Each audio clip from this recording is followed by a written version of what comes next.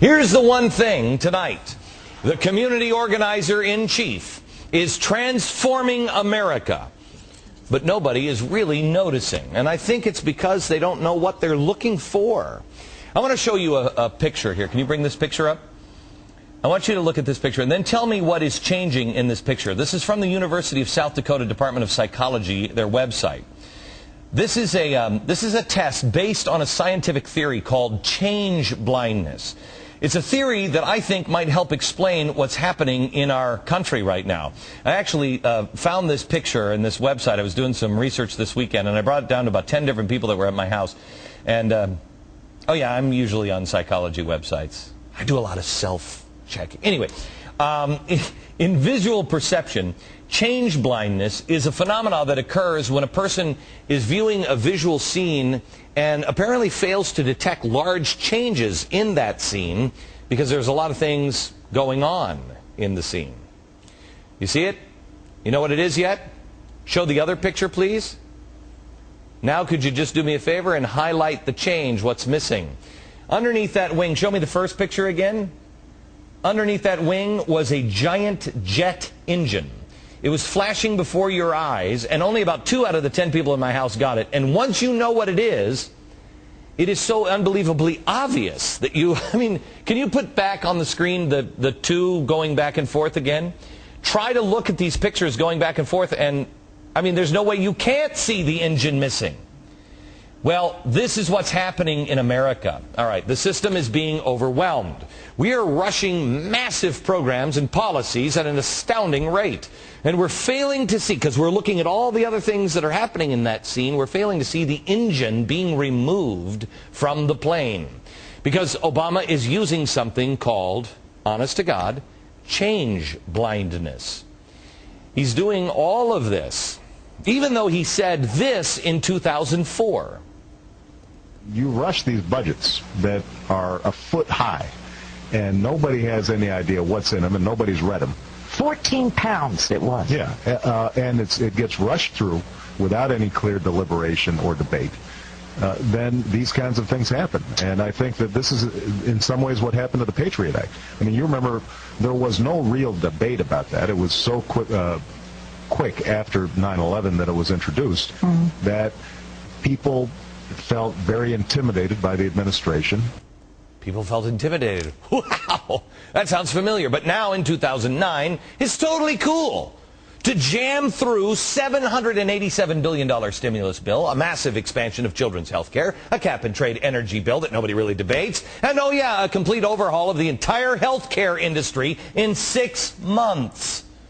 All while the president is filling America's scenes with these huge 1,000-page bills, czars that are actual communists, and he gets cover from friends like House Judiciary Chairman John Conyers, who's actually had the audacity to say this with a straight face. I love these members that get up and say, read the bill. What good is reading the bill if it's 1,000 pages and you don't have 2 days and 2 lawyers to find out what it means after you read the bill?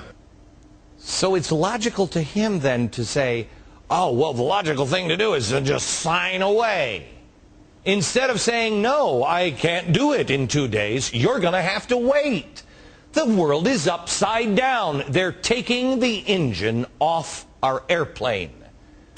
Now, we see things like this, and we rightfully so become outraged. And, I know it's crazy to ask, our elected officials to read bills before they vote on them or actually listen to us and not continually assault us. And so we call them up and nothing happens. And I think that's what they want us to focus on. Because while we're complaining and on the phone yelling at somebody in their staff, the millions the government spends on turtles for, our bridges for turtles or toilet restorations like we told you yesterday, America's picture is being transformed and we're not noticing it. None of the small stuff is as important as the fundamental changes currently being made to how our country works. Even the health care bill. This health care bill, in any form, must not pass because this is about structure. They are taking the bolts off of that engine. All they need to open is a crack and they will go inside. health care. Has anybody asked who's behind the health care bill? Let me ask you this. Has anyone said, gee, these are so complex. They're 1,300 pages, each of them. They have 10,000 pages that have been produced in the last 6 months. Gigantic, complex bills. Who did this? Who wrote that? Who knows it? Who's behind the health care bill? Let me ask you a question. If a doctor said, hey, I've got medicine for you. I got medicine for your grandma. Would you say, oh, that's great, medicine, that's great. Wouldn't you like to know who the doctor is that is prescribing the medicine? Is the doctor Dr. Huxtable or Dr. Kevorkian? It does kind of make a difference on who's prescribing the drugs. Just ask Michael Jackson.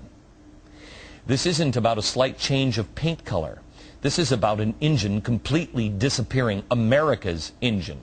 It is being completely removed right before our eyes.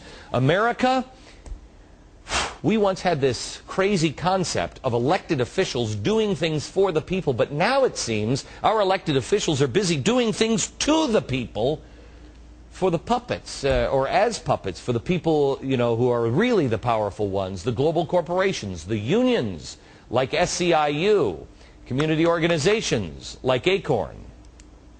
I spent my entire adult life working with SEIU. I'm not a newcomer to this. I didn't just suddenly discover SEIU. On the campaign trail, your agenda's been my agenda in the United States Senate. Before debating health care, I talked to Andy Stern and SEIU members.